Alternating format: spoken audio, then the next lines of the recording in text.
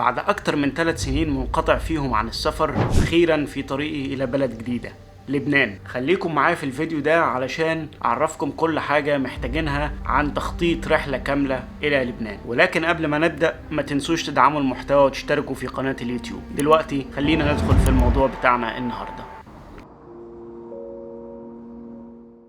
لبنان من حيث المساحة بتعتبر بلد صغيرة جدا، مساحتها يدوب 10450 كيلو متر مربع، عدد سكانها 4 مليون نسمة. تقع دولة لبنان في غرب قارة آسيا. تعتبر طبيعة البلد هنا طبيعة جبلية، ما عدا الحد الشرقي اللي هو بيطل على البحر الأبيض المتوسط. بعد آخر رحلة ليا في 2019 قررت إني أرجع تاني على طريق السفر، واخترت لبنان بالذات لعدة أسباب. أول حاجة إن لبنان بلد عربي شقيق. مدة الطيران من مطار القاهرة إلى مطار رفيق الحريري في بيروت ساعة و25 دقيقة. علشان تسافر لبنان قدامك شركتين طيران، إما المصرية للطيران أو شركة الشرق الأوسط للطيران. متوسط سعر التذاكر من 2700 ل 3500 جنيه مصري، وتقدر تخطط وتحجز تذاكر الطيران بنفسك أونلاين عن طريق موقع booking.com. بالنسبة لتأشيرة الدخول للمواطنين المصريين، فأنت كمواطن مصري مش مطالب بأن أنت تحصل على التأشيرة، ولكن قدامك خيارين: إما تمشي في إجراءات التأشيرة العادية وتحصل عليها من السفارة، أو تحصل عليها عند الوصول في مقابل 20 دولار أمريكي بتدفعهم لما بتوصل مطار رفيق الحريري في بيروت. حاليا وانت طالع من مصر مش مطالب ان انت يكون معاك PCR تيست لو انت اخدت لقاح كورونا الجرعتين.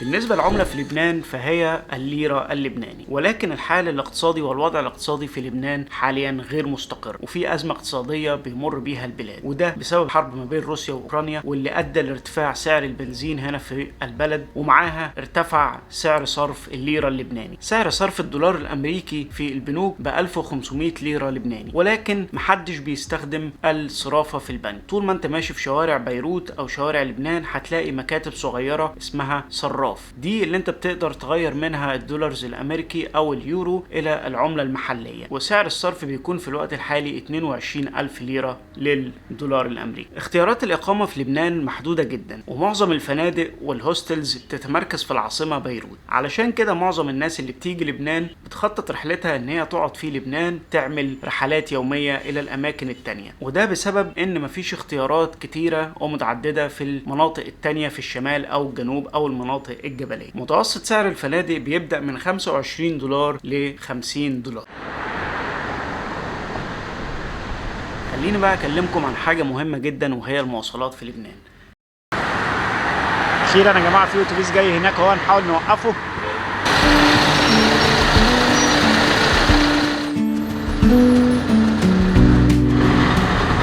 للأسف بسبب الوضع الاقتصادي وارتفاع سعر البنزين في لبنان، فهنا المواصلات بتسبب أزمة بالنسبة لأي حد جاي لبنان وللمواطنين اللبنانيين نفسهم. علشان كده وانت ماشي في شوارع لبنان هتلاقي معظم الناس اللي معاها عربيات بتشغلها كأنها تاكسي. اختيارات المواصلات هنا في لبنان هي تاكسي أو أوبر أو المواصلات العامة.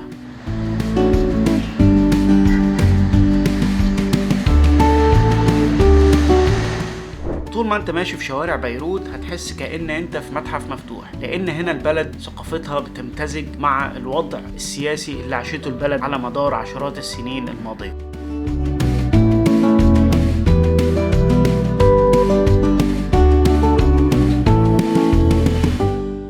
خلاصة التجربة، لبنان بلد جميل جدا ويستحق الزيارة، ولكن بسبب الوضع الاقتصادي في الوقت الحالي فده مأثر على سعر الصرف الليرة اللبناني. علشان كده لو انت جاي لبنان اعمل حسابك ان الاسعار هتكون مرتفعة شوية بالنسبة للمواصلات، الاكل والاقامة. دي بقى صخرة الروش.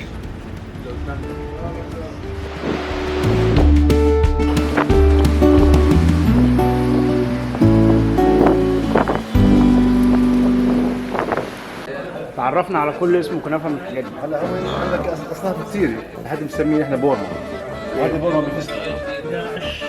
ايوه بفستق، وهذا هم الثاني.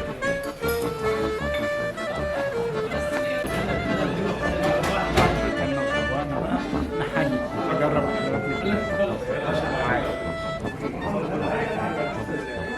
الكنافه النابلسيه بتتعمل على النار. بسم الله. وريني. ماشي يا باشا.